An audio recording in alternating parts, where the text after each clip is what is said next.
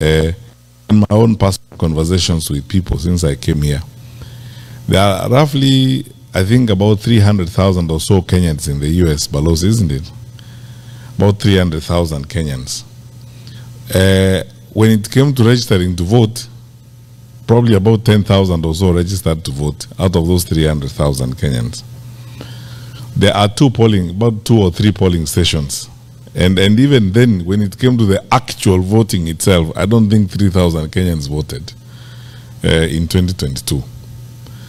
So let me begin by saying this to you. And even we, as the leaders or aspiring leaders, we can't love your money and the remittances that you're making, but we don't love your contribution. My first challenge to you, wonderful people, is that you need to participate in electing the leaders of Kenya, so that then you can hold people to account. So because I'm a presidential candidate, I took it upon myself to begin conversations with people on how we can make this happen.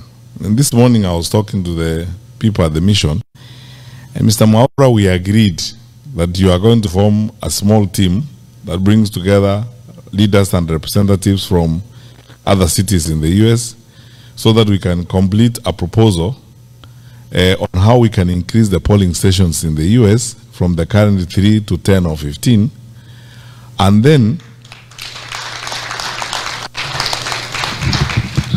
begin a process of sensitizing the Kenyans who are here to participate in the electoral process. Because, my brothers and sisters, whatever we do, unless we are participating in making that decision on who is going to make decisions for us, I mean, what are we going to talk about if you are not participating? We can only whine and dine and complain about it. And I'm going to tell people in Nairobi, for instance, that if the middle class in Kenya actually wanted to change the country, they can change the country. Going to Karen Club and having drinks at Karen Club is good, but it will not get us to where we want to go. Participating in the process will get us there.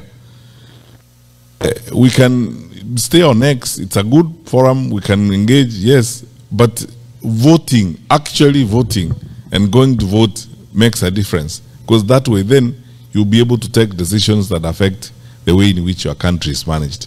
So my challenge to you, leaders, is that please follow up on this discussion we had with people at the mission to complete a proposal that will be looked at by the IEBC on front. As leaders who are outside of government, we have already started a process of both petitioning the IEBC and also with a perspective of going to court if need be, to see to it that we have more polling stations here in the US so that you guys can vote.